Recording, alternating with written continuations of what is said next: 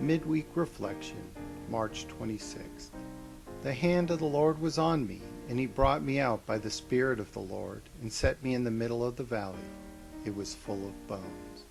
He led me back and forth among them, and I saw a great many bones on the floor of the valley, bones that were very dry.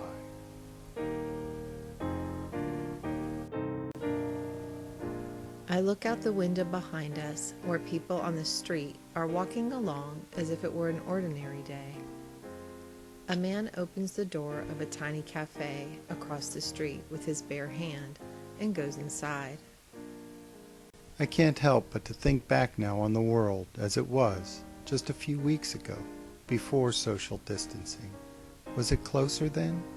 It did not have a name, but still there was an epidemic. There was loneliness and despair, emptiness, addiction, desperation, depression, and isolation. Out there, on the fringes of society, in the streets, the mobile homes, the slow decay of the small towns and the house across the street where the blinds were never opened, and no one knew its name. Jesus, once more deeply moved, came to the tomb. It was a cave with a stone laid across the entrance. "Take away the stone," he said. "But Lord," said Martha, the sister of the dead man, "by this time there is a bad odor, for he has been there 4 days." At the door of the clinic, we stand looking out at two older women chatting outside the doorway, oblivious. Do I wave them away? Call out that they should get far away, go home, wash their hands, stay inside? Instead, we just stand there, awkwardly, until they move on. Because it's best to keep the door shut. The world of all those we see in the distance would never understand, should never be exposed, could never accept what they would see if we ever opened up.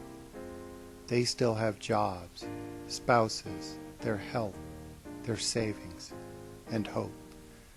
We can still pretend to be one of them from a distance. We just can't roll the stone away and let them come inside. They say our bones are dried up and our hope is gone.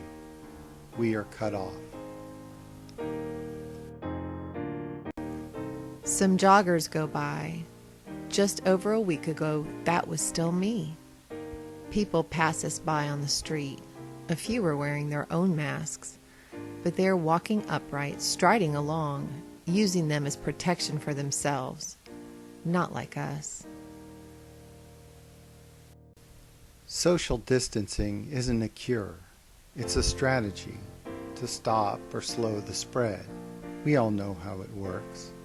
We've always known, as if emptiness was contagious the whole time, just like fear, loss, rejection, and shame. It was the polite and unwritten rule of suffering in silence, and we all obeyed. We didn't ask, they didn't say, and we never knew. This is what the Sovereign Lord says: "My people, I am going to open your graves and bring you up from them. I will bring you back to the land of Israel. Then you, my people, will know that I am the Lord, when I open your graves and bring you up from them. I will put my spirit in you, and you will live, and I will settle you in your own land. Then you will know that I, the Lord, have spoken, and I have done it, declares the Lord."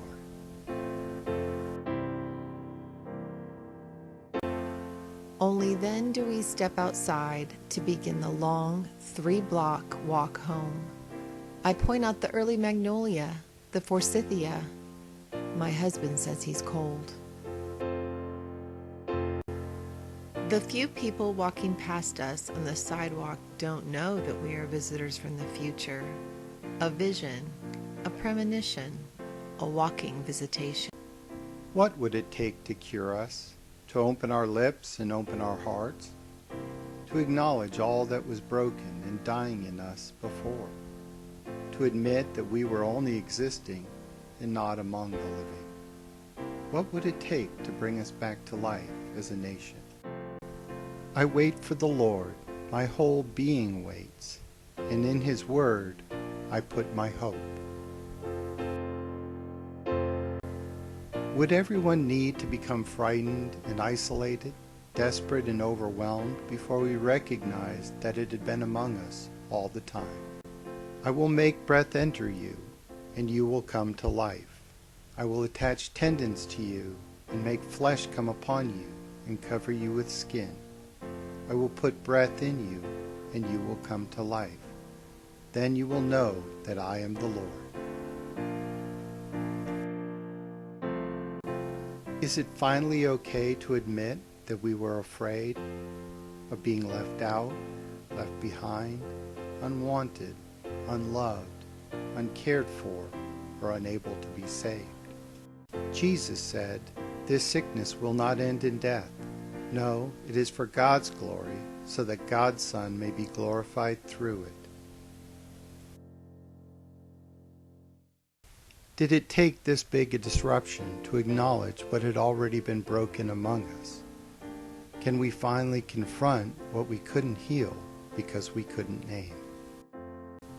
Put your hope in the Lord, for with the Lord is unfailing love.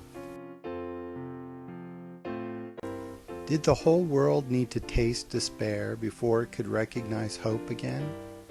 Did the world need an entire season in isolation to finally value the healing power of community?